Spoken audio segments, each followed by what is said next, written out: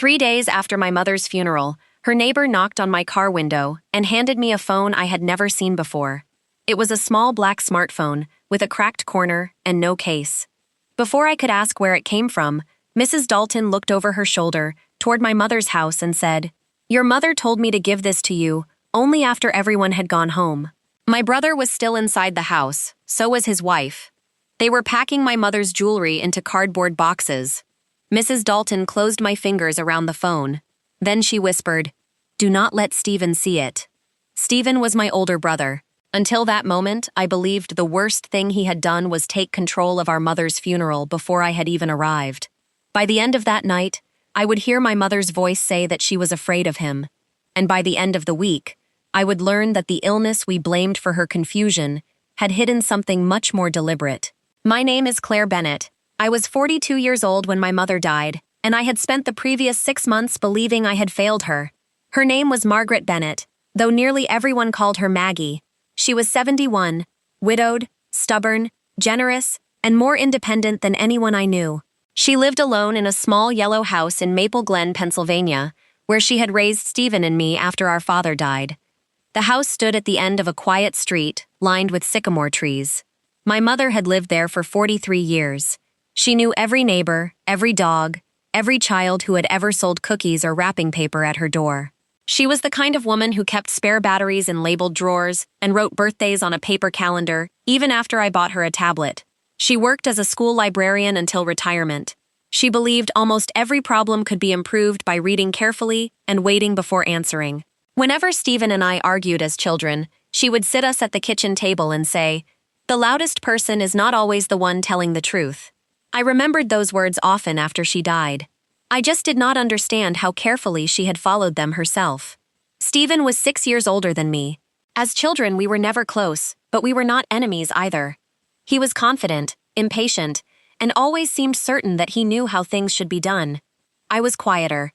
I moved to Baltimore after college, married, divorced, and built a career as a medical billing supervisor. Stephen stayed near Maple Glen. He worked in commercial property management and visited our mother more often than I did. For years, I felt grateful for that. When her roof leaked, Stephen called the contractor. When her furnace failed, Stephen handled it. When she stopped driving at night, he took her to appointments. Every phone call with my mother included some version of the same sentence. "Your brother has been very helpful." I believed her. Then, about 8 months before her death, she began forgetting things. At first, the changes seemed small. She repeated stories. She misplaced her glasses. She once called me on a Tuesday and insisted it was Saturday. I encouraged her to see a doctor. She laughed and said, "Claire, I am 71. Forgetting why I entered a room is practically a hobby." But the confusion became harder to dismiss.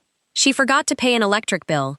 She accused Mrs. Dalton of moving a flower pot that had always been beside the garage. She called me late one night and asked whether my father was coming home. He had been dead for 26 years. That phone call frightened me more than anything else. I asked Stephen to take her for a full evaluation. He told me he already had. "The doctor thinks it is early cognitive decline," he said. "What kind?" "They cannot say yet." "Did they do scans?" "Claire, I am handling it. I want to speak to the doctor. You live 3 hours away. I am the one here every day." That was true. It was also the first time I heard irritation beneath his concern. A week later, Stephen told me our mother had signed forms allowing him to speak to her doctors.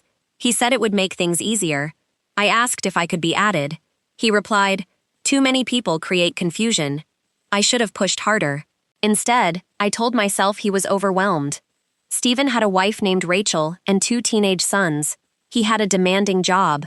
He was giving up time to care for our mother while I was attending meetings and answering emails in another state. Guilt is a powerful anesthetic. It makes warning signs easier to ignore. My mother's calls became less frequent. When I called her, Stephen often answered. "She is resting. She had a difficult morning. She gets agitated after 6. One Sunday, I drove to Maple Glen without telling him. My mother opened the door in her robe at 2 in the afternoon. Her hair was unwashed. The living room curtains were closed. She stared at me for several seconds before pulling me into her arms. "Claire," she whispered, "why did you stop calling?" "I call every week." She looked genuinely confused. "No, you do not." I showed her my phone. There were 12 calls to her number in the previous month. Most had lasted less than 1 minute because Stephen or Rachel answered. My mother touched the screen. I never heard it ring. Stephen arrived 20 minutes later. He walked into the living room carrying groceries and stopped when he saw me. You should have told me you were coming. I came to see Mom. She has not been sleeping well. My mother looked at him. Where is my phone? Stephen placed the grocery bags on the counter. You lost it again. I did not lose it. You left it in the laundry basket. I did not. He gave me a tired look, the kind people exchange when someone is behaving irrationally. See what I mean? I did see something. I saw my mother's shoulders lower. I saw her stop arguing. I saw the embarrassment on her face. But I also saw prescription bottles lined up beside the sink. There were more than I remembered. I picked one up. It was a sedative prescribed by a doctor whose name I did not recognize. What is this? Stephen took the bottle from me. It helps her sleep. She is wearing a robe at 2 in the afternoon. She was awake all night. My mother said quietly. I was not. Stephen did not look at her. He looked at me. This is what happens now. She denies things. I wanted to believe him. That is one of the hardest truths I have had to accept. I wanted his explanation to be correct because the alternative required action. If he was right, our mother was ill. If he was wrong, something else was happening inside that house. Before I left, I asked my mother if she wanted to stay with me for a few weeks. Stephen answered for her. Changing her environment would make everything worse.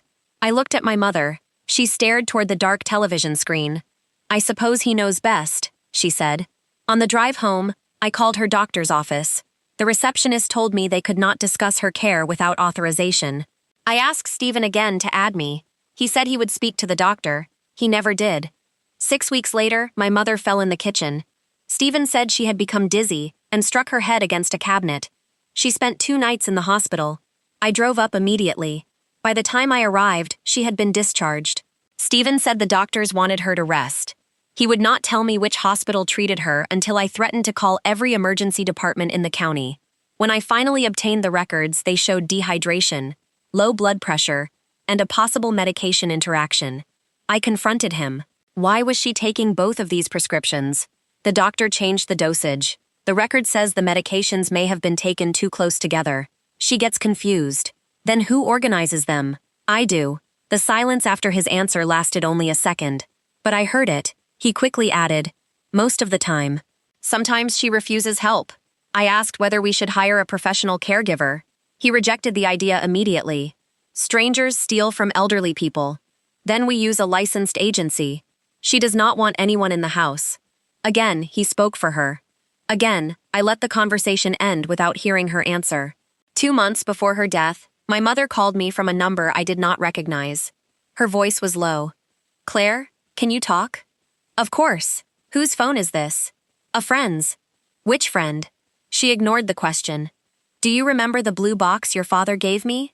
I thought she was confused. My father had given her many things during their marriage. What blue box? The one from Harrisburg. I don't know. She exhaled. Never mind. Listen to me. If something happens, do not believe the first story. My hand tightened around the phone. What are you talking about? I have to go. Mom, are you safe? The line disconnected. I called back. A recorded message said the number was unavailable. I called Stephen immediately. He sighed. She has been making strange calls. From someone else's phone? She probably borrowed one from a neighbor. She said not to believe the first story. She is becoming paranoid. About what? Everything. Me, Rachel, the doctors. Sometimes you. I did not believe the last part, but I also did not know what to believe. I drove to Maple Glen the next morning. No one answered my mother's door. Stephen told me he had taken her to a specialist. He refused to give me the address because, according to him, my arrival would upset her. We argued in the driveway when he returned alone. Where is she? At home with us tonight. Why? Because she wandered outside at 3 in the morning. Did anyone see her? I saw her. Did you call the doctor? Yes. Which doctor? His face changed. Not dramatically. Just enough. You are acting like I am doing something wrong. I am asking questions. No. You are appearing every few weeks and criticizing the person doing the actual work. His words struck exactly where he intended. I left. I still hate that I left. The final call came on a Thursday morning. Rachel told me my mother had been found unconscious in bed. An ambulance took her to St. Matthew's Hospital. By the time I arrived, she was on a ventilator. The doctors said she had suffered a severe stroke. They could not tell exactly when it happened. Stephen said he had checked on her around midnight and found her at 7 the next morning. She never regained consciousness. She died 2 days later. Stephen arranged the funeral before I had processed the fact that she was gone. He selected the funeral home. He chose the flowers. He wrote the obituary. He listed himself as her primary caregiver and omitted the years she spent working as a librarian. When I objected, he said, "That is not important now."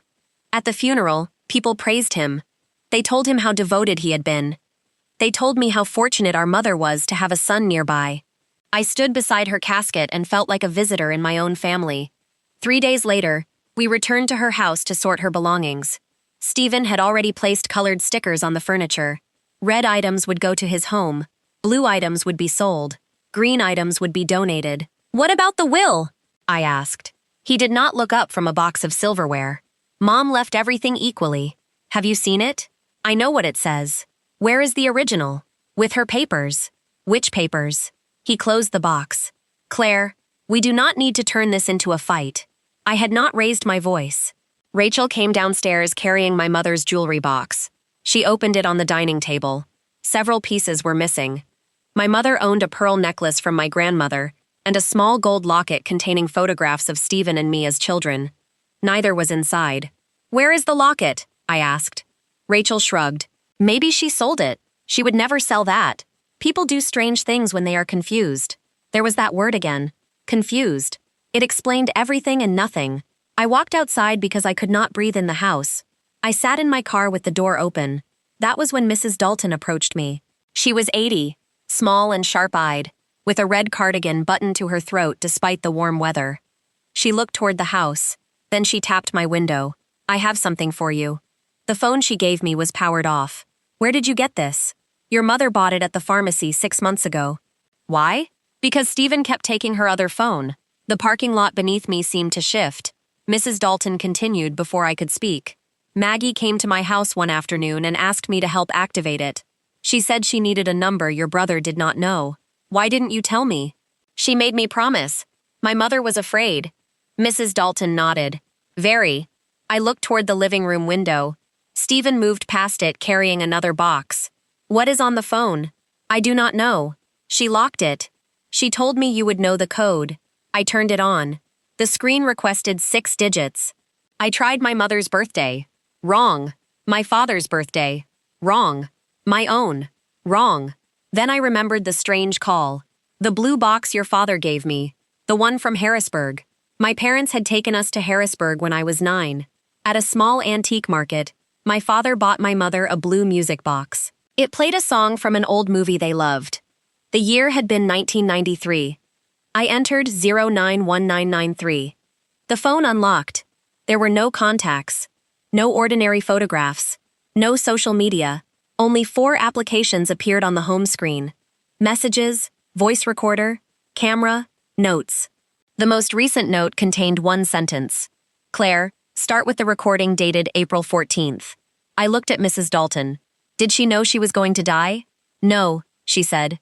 But she believed someone wanted people to think she could no longer make decisions. A door opened behind us. Stephen stepped onto the porch. "What are you doing out here?" I slipped the phone beneath my coat. "Talking to Mrs. Dalton."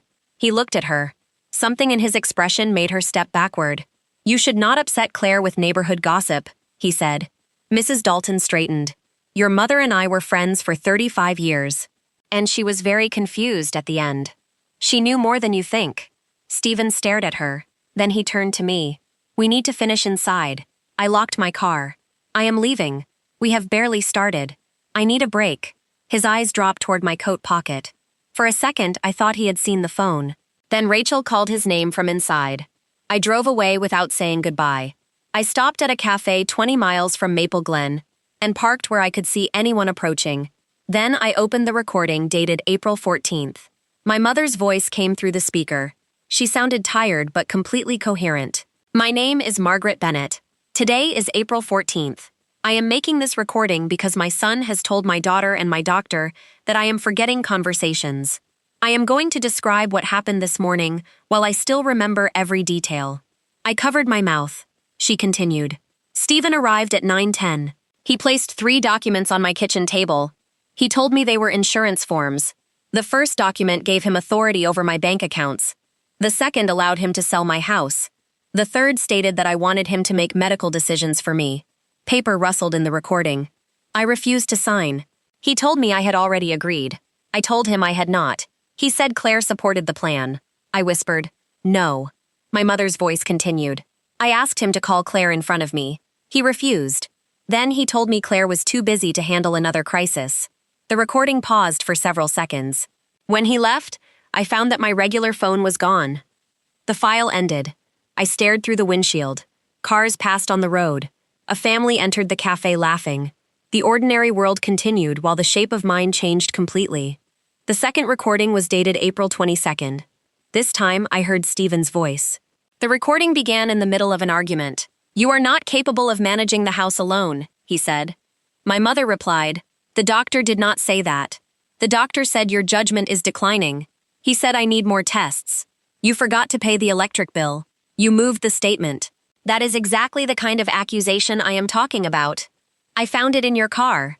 There was a short silence. Then Stephen said, "Sign the papers and none of this has to become ugly." My mother's voice became colder. "Is that a threat?" "It is reality. If you refuse help, I will have to ask the court to appoint someone." "You mean you? I am your son. You are also the person trying to sell my home." The recording ended with a door slamming. There were 27 audio files. I listened to 6 before my hands began shaking too badly to hold the phone. The evidence did not appear all at once. That was what made it convincing. My mother recorded dates, times, medication labels, conversations, missing objects, and visits. She photographed pill bottles before and after Stephen organized them. She took screenshots of messages he sent. She wrote down when she felt dizzy and what she had eaten. In one note, she described waking after sleeping 14 hours and finding 2 tablets missing from a bottle she had not opened. In another, she wrote that Rachel had told a doctor she was hallucinating. My mother added, "I have never hallucinated. I said I saw Rachel in my bedroom opening the dresser." She called that a hallucination because she did not know I was awake. The camera folder contained a photograph of Rachel standing beside the open dresser. Another image showed the pearl necklace inside Rachel's handbag. I stopped listening and called my attorney. Not my mother's attorney, mine. His name was David Chen, and he had handled my divorce years earlier. I told him only that I had discovered recordings and documents suggesting possible elder exploitation and financial coercion. He advised me not to confront Stephen. He told me to make secure copies of everything and contact the police department serving Maple Glen. "Do not edit the files," he said. "Do not rename them. Preserve the phone exactly as it is." I drove to a hotel instead of returning home. I connected the phone to power, but not to public Wi-Fi. Using a new memory drive I purchased on the way, I copied the visible files without deleting anything. Then I called Maple Glen Police. An officer took my report that evening. He listened carefully but explained that family disputes over money and caregiving were complicated. Recordings would need to be authenticated. Medication concerns would require medical review. Claims about forged documents would need supporting records. No one was arrested. No one rushed to my mother's house with flashing lights. Real investigations do not unfold at the speed of grief. The officer asked me to bring the phone to the station the next morning. Before I slept, I opened the message application. Most conversations had been deleted. One remained. The contact was saved only as M. The first message was from my mother. "I have copied the bank statements. There are withdrawals I did not make." M replied, "Keep everything. Do not accuse him yet." My mother wrote, "Claire will blame herself." M answered, "Then leave her proof, not guilt." I assumed M was Mrs. Dalton. I was wrong. The following morning, Detective Lena Brooks met me at the police station. She was patient, direct, and careful not to promise anything.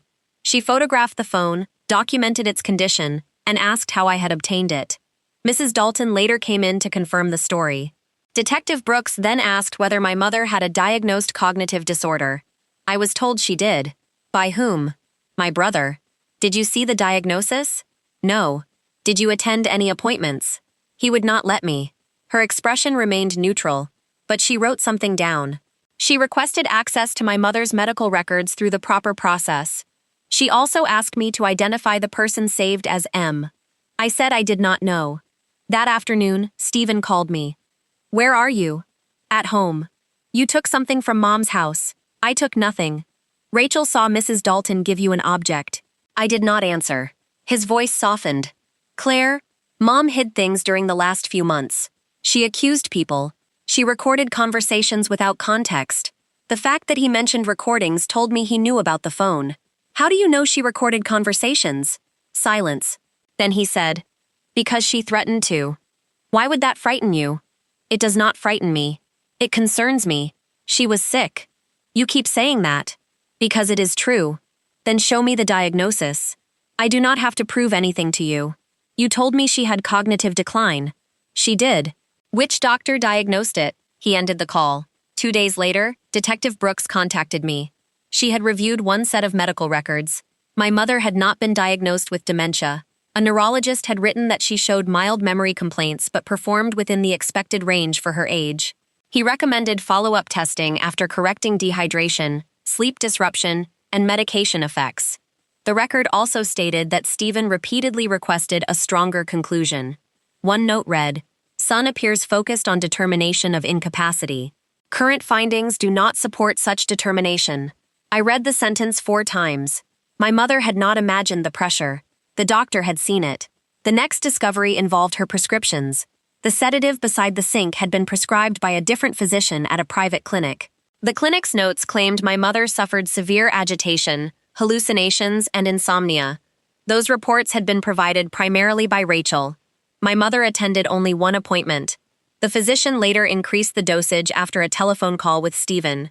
No one had documented speaking directly to my mother. Detective Brooks did not say the prescription itself was illegal. She said the circumstances required further review. The medication could explain some of my mother's confusion, dizziness, and excessive sleeping. It did not prove Stephen intended to harm her, but it established something important. The behavior he used as proof of decline may have been worsened by medication he controlled. The bank records were clearer. Over 6 months, $48,000 had been transferred from my mother's savings into an account connected to a company called Bennett Family Property Services. Stephen owned that company.